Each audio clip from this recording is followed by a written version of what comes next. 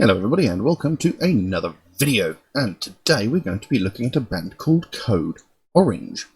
The name sounds vaguely familiar, but I don't really know anything about them. Don't think I've heard any of their music, although it's vaguely possible, I suppose. Did a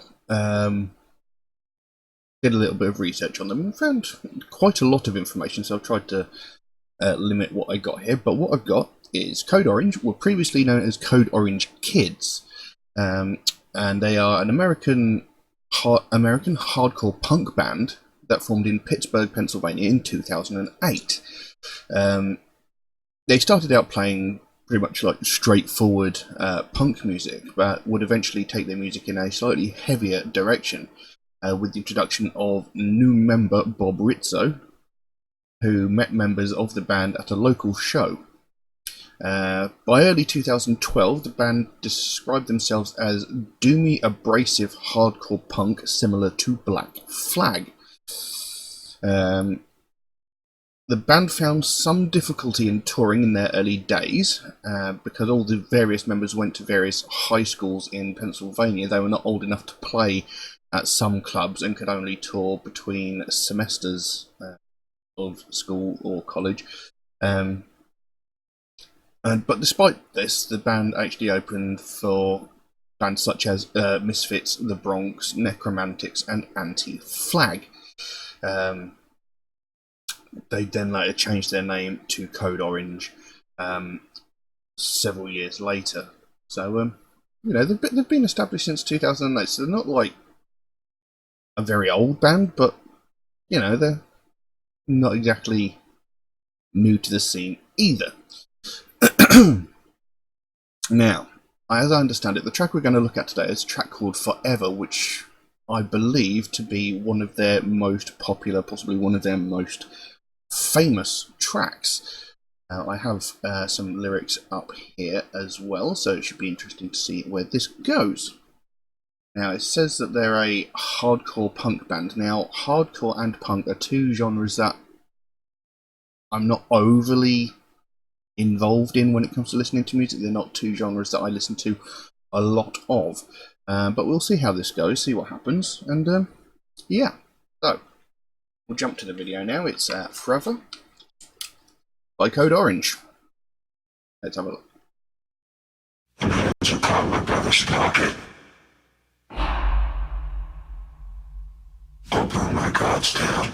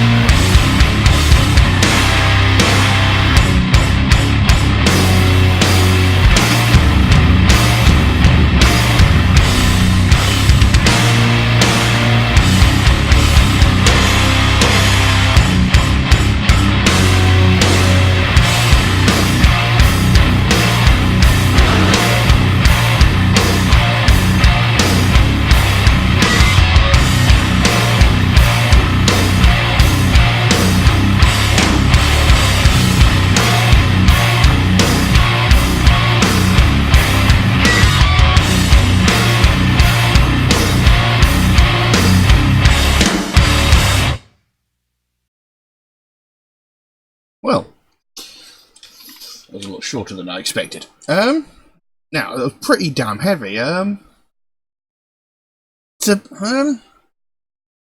it's very well performed. I don't know if it's something I would go out of my way to listen to on a regular basis, but it's not bad. I wouldn't object to listening to it.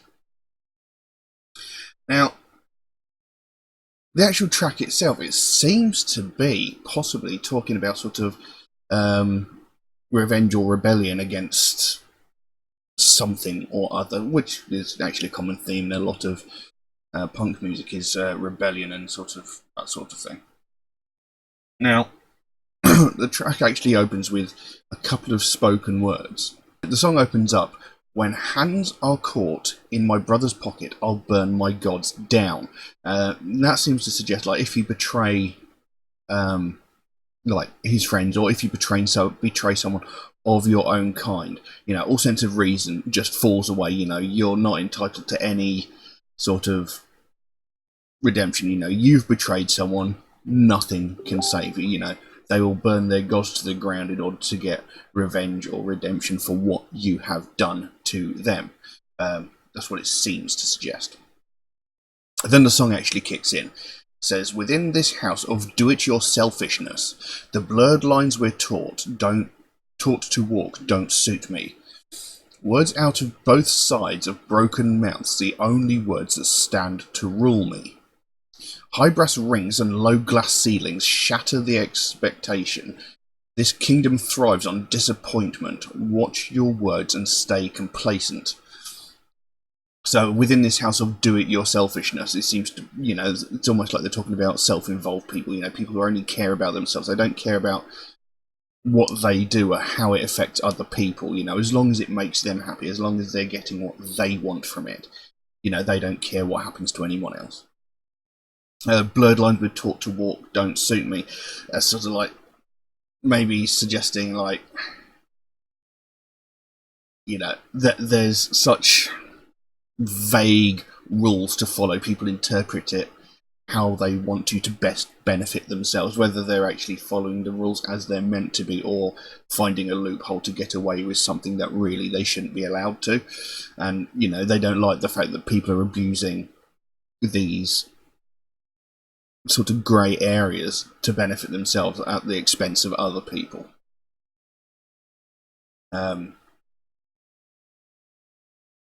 It says, "High brass rings and low glass ceilings shatter through the expectation."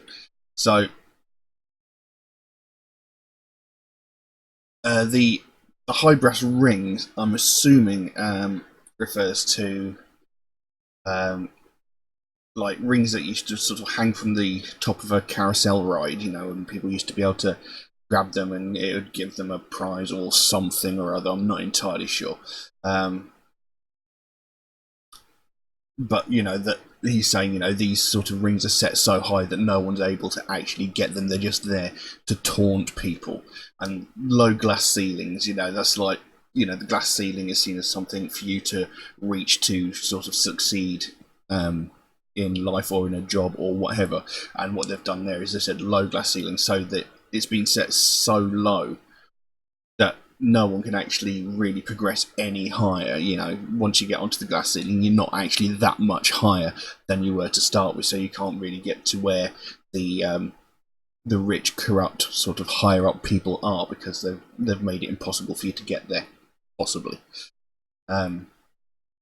This kingdom thrives on disappointment. Again, with the governments, etc., of the world have made it so that common folk can't really succeed to the point where these governments and officials are they're keeping everything from themselves. Like they're making the rich richer and they're keeping the poor poor. They're taxing the poor whilst the rich are not getting taxed at all, when they're the people that can actually afford it, and they're taxing the poor so that they can keep their rich stuff. So essentially, they're keeping us miserable. Carried on. "The words are cut into their foreheads. There's nothing you can do to take it. The ink is stained upon your body. The fear it sinks inside your soul." Not entirely. There was cut into their foreheads that might have something to do with like fanaticism or something. You know, like these crazy people who are like so fanatical about something. You know, like a person or a belief that they'll like tattoo it on themselves or carve it into their skin, sort of things. Possibly because it says there, even the ink stained upon your body. So you know, that could be that. I don't know. We walk a path of recreation, a feeling you will never know. Uh, reparations for the taking, for verse all. Now, now it says we walk a path of recreation, a feeling you will never know. That could be like we, the common folk, as it were. You know, we are able to change and adapt to the world around us. You know, we walk a path of recreation. In other words, we can change the world around us. A feeling you will never know. That's possibly talking about like these rich people, the governments who are so deeply ingrained in what they do. They're such creatures of habit that they will never be able to break that cycle of who they are. You know, the greed, the malice and stuff that they spread throughout the world in the name of making themselves richer, you know, and more powerful, you know. Reparations for the taking. Um, I'm assuming that's like reaping the spoils of war. It's like we, the common folk, can affect change. We can get rid of this government if we actually try hard enough, and we will reap the rewards of doing so. Possible. For versus all, that might just be a reference to the band fighting against the man, as it were. I'm not sure. Yeah, there was 4 people in the band. Yeah. Then goes kings of body, mind, and spirit took the crown, and now we break it. The freaks will finally have their say. There's nothing you can do to take it.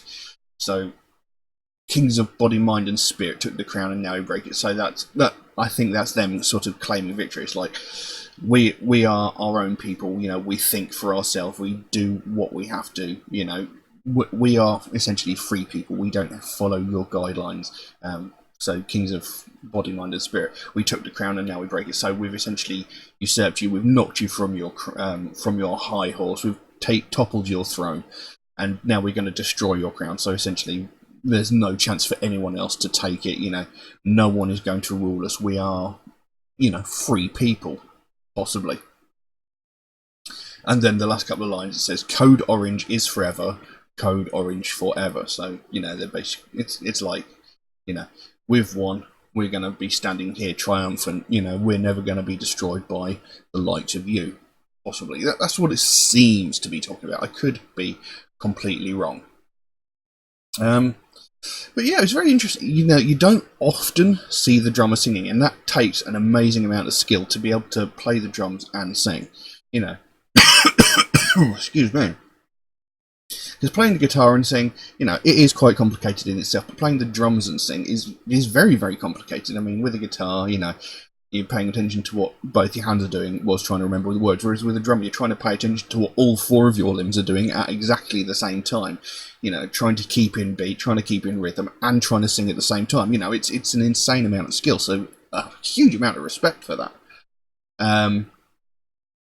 But like I said, you know, it was very, very heavy, but I'm not sure if this is something I'd go out of my way to listen to on a regular basis. I don't mind listening to it, but it's not something that I sort of enjoy listening to on a regular basis. You know, maybe occasionally.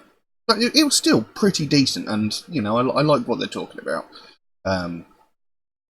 Because it's one of those things that really does annoy me, is the way that the governments of the world work these days. They're more interested in keeping themselves and their friends rich, and they don't care about the common folk. You know, all these governments saying, you know, we're going to do this, that, and whatever for you, but they never actually do. And you know, just like in the UK at the moment, you know, we got that stupid mophead Pillock as Prime Minister, and he said, you know, we're going to do our best to save the NHS, we're not going to do this, that, and the other. And what did they do? Less than 24 hours later, they were already talking about doing to the NHS what they promised they weren't going to do. And why are they doing it? To make themselves rich, you know. And, you know, this is pretty much what this song is talking about, you know. these selfish, self-righteous assholes only care about themselves. Like I said, this house of do-it-yourselfishness. I really actually like that line. It's really, really simple, but it's so accurate. It's brilliant. But I'm not going to dive too much into politics because that's not why I'm here. I'm here for the music. But yeah, I mean, it was pretty decent. Not exceptional in my personal opinion, but then it's not really the sort of music I listen to regularly. But it was still pretty decent, like I said, pretty damn heavy. And, very, very interesting and not necessarily unique, but rare to see the drummer being the singer. So, very impressed by the band. But I can't think of much else to say on that, so I'm going to leave that as it is.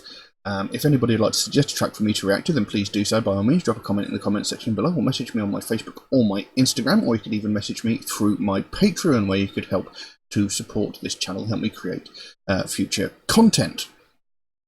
There is an option there where you can get your suggestion jumped to the front of the queue, but there are limitations on it, to be fair to people who suggest tracks through normal means. Just to be fair to them, because it would be unfair if I got flooded with requests through there, then nobody would get a chance to have their tracks looked at.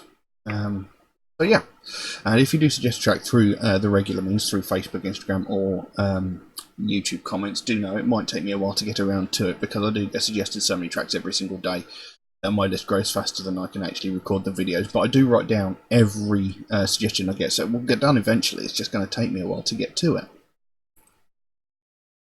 Also, Metalhead Reacts is a proud supporter of the Sophie Lancaster Foundation, a British-based charity whose main goal is to put an end to hate crimes, mainly those involving people of the alternative culture. Something that I believe in very, very strongly, something I think definitely needs to have more attention brought to it. Because, every single day, all over the world, people of the alternative community are getting violently attacked purely because of their taste in music. People are getting brutally beaten, hospitalised, they're getting bones broken, sometimes they're getting invasive injuries like being stabbed, shot, what have you, just because of their taste in music. And that is just utter ridiculousness in and of itself. I mean, why would you attack someone for their taste in music? It makes no sense. It's not going to affect any change in that person. They're not going to get 10 shades kicked out of them and then suddenly turn around and go, do you know what, maybe I want to listen to chart music now just because I got beaten up. It's not going to happen. There's no point to it. It doesn't accomplish anything, but it happens every single day and nothing is getting done about it, and that needs to change. Because, every single day we hear about all these other hate crimes, sexism, racism, homophobia, transphobia, etc. We hear about these every single day on all ends of the spectrum. You've got the most heinous, violent of crimes where people are getting murdered and, brutally attacked because of their life choices, whether it's their sexuality or their skin colour, which isn't a choice, but you know what I mean. Down to the simplest little thing where some entitled Karen is calling the police on a family having a picnic in a park because she doesn't like their skin colour or the fact that they are a homosexual couple or something like that. We hear all ends of the spectrum of these crimes, but we hear absolutely nothing of these people that are getting brutally attacked, and hospitalised just because of their taste in music. People have told me before that these aren't hate crimes. They are. They are the very definition of a hate crime. A hate crime is attacking someone because there is something about that person that you hate. You hate their choices. You hate something about that person, whether it be their skin colour, their taste in music, their sexual preference. It is the definition of a hate crime. But this one's not getting spoken about, and essentially the people perpetrating these crimes are getting away with it, and we cannot allow that to keep happening, because these people are essentially going unpunished for committing brutal attacks on people for no other reason than not liking their taste in music. You don't violently attack someone because they like a different TV show or movie to you, so why would you attack someone because of their taste in music? It makes no sense. It accomplishes nothing. And these people need to be brought to task for the fact. They cannot keep getting away with it. And this is what the Sophie Lancaster Foundation is all about. They want to put an end to this happening. They want to stop, these violent attacks from happening. Because the last time this was spoken about in the media was 12 years ago when Sophie Lancaster was brutally murdered just because of her taste in music. You know, her and her boyfriend, Rob Maltby, they were jumped by a group of 5 or 6 people and beaten so severely that they both ended up in comas. Now, Rob Maltby, he did thankfully survive, but Sophie Lancaster, she died after 13 days in a coma just because this group of people didn't like her taste in music. They murdered her because of her taste in music. And, you know, we've got to stop that from ever happening again. It should never have happened in the first place. And this is the very essence of what the Sophie Lancaster Foundation is all about. You know, they don't want to see another family go through what they went through when they had to watch their daughter die over the course of 2 weeks. It should not be allowed to happen again. And I think it's very important that we start talking about this, that more people become aware that this is happening. You know, so we can help to stamp out prejudice, hatred, and intolerance everywhere. But I'm going to leave that as it is for the time being. Thank you all very, very much for watching. I'll see you again soon. Bye-bye.